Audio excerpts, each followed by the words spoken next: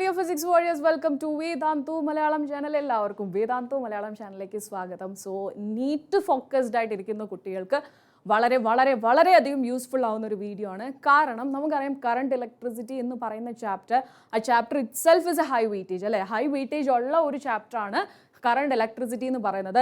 So ഈ current ഇലക്ട്രിസിറ്റിയിൽ നിന്നും mostly repeated ആയിട്ട് വന്നിട്ടുള്ള ക്വസ്റ്റ്യൻ അല്ലെങ്കിൽ ആ ഒരു ഏരിയ ഇത് മനസ്സിലാക്കണമെങ്കിൽ, അതറിയണമെങ്കിൽ നിങ്ങൾക്ക് ഈ വീഡിയോ ഹെൽപ്ഫുൾ ആയിരിക്കും. അതുപോലെ തന്നെ നിങ്ങൾ ഒരുപാട് ക്വസ്റ്റ്യൻ പേപ്പറൊക്കെ റെഫർ ചെയ്തിട്ട് ക്വസ്റ്റ്യൻസ് കണ്ടുപിടിക്കുക, അങ്ങനെ ഒരു കാര്യത്തിന് നിങ്ങൾ നിൽക്കണ്ട. കാരണം നിങ്ങൾക്ക് ആവശ്യമായിട്ടുള്ള എല്ലാ സംഭവങ്ങളും നമ്മുടെ ഈ ചാനലിൽ ഉണ്ടായിരിക്കും.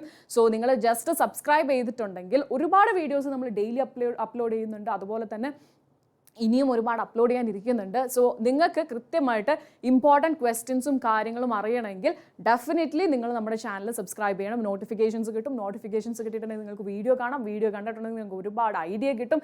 എക്സാം പാറ്റേൺ മനസ്സിലാവും.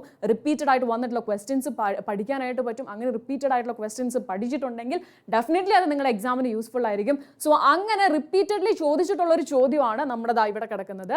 സോ നിങ്ങളുടെ എഫേർട്ട് എന്താ പറയുന്നത് വളരെയധികം കുറയ്ക്കുവാണ് ഞങ്ങൾ ചെയ്യുന്നത്. സോ നിങ്ങളുടെ ഒരു സ്നേഹം അല്ലെങ്കിൽ നിങ്ങളുടെ ഒരു സപ്പോർട്ട് കാണിക്കേണ്ടത് through like, share and subscribe. Okay, yes. അപ്പോൾ നമുക്ക് ക്വസ്റ്റ്യൻ നോക്കാം.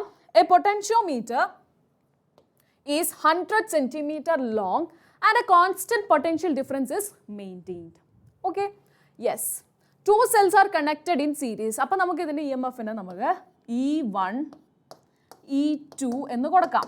ഓക്കെ, രണ്ടിൻ്റെയും റെസ്പെക്റ്റീവ് ആയിട്ട് E1 ആൻഡ് E2 എന്ന് കൊടുക്കാം. സീരീസിലാണ് കണക്ട് ചെയ്തിട്ടുള്ളത്. And to support one another and then in opposite direction.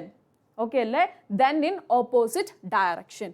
The balance points are obtained at 50 centimeter and 10 centimeter from the positive end of the wire in the two cases. കണ്ടുപിടിക്കാനുള്ളത് ratios ആണ്. Ratios എങ്ങനെ കണ്ടുപിടിക്കാം? Yes, നമുക്കറിയാം E1 plus E2 which is equal to 50 into K. Okay, yes. ഈ K എന്ന് പറഞ്ഞിട്ട് എന്താണ്? Potential difference per unit length. Okay, potential difference per unit length of the potentiometer ആണ് K എന്ന് പറയുന്നത്. ഇനി ഓപ്പോസിറ്റ് ഡയറക്ഷനിൽ പറഞ്ഞിട്ടുണ്ട്. അപ്പോൾ നമുക്ക് എങ്ങനെ എഴുതാം? E1 minus E2. ഓക്കെ, ഇങ്ങനെ എഴുതിക്കൂടെ? E1 minus E2 that is 10 into K. Okay, K is just a representation ആണ്. ക്ലിയർ ആണല്ലോ? ഇനി നമുക്ക് ഈ ഇക്വേഷനെ ആഡ് ചെയ്യാം. ഓക്കെ, സോ നമുക്ക് ചെയ്യാം E1 plus E2 plus E1 minus E2 which is equal to 50K plus 10K. Okay, so ഇവിടെ എന്തുണ്ടാവും? 2E1 കിട്ടും, E2 ക്യാൻസൽ ആയി പോവും. That will be equal to 60K എന്ന് കിട്ടും. ഓക്കെ അല്ലേ, 60K എന്ന് കിട്ടി. ഇനി നമുക്ക് ഇതിനൊന്ന് മൈനസ് ചെയ്ത് നോക്കാം. So E1 plus E2 minus E1 plus E2. Okay, which will be equal to 50K minus 10K. Okay, so E1 cancel ആയി 2E2 which will be equal to 40K എന്നും കിട്ടും. ഓക്കെ അല്ലേ? സോ നമുക്ക് അറിയേണ്ടത് ഇതിൻ്റെ ratio ആണ്, E1 by E2 ആണ്. So നമുക്ക് സിംപ്ലി എന്ത് ചെയ്യാം?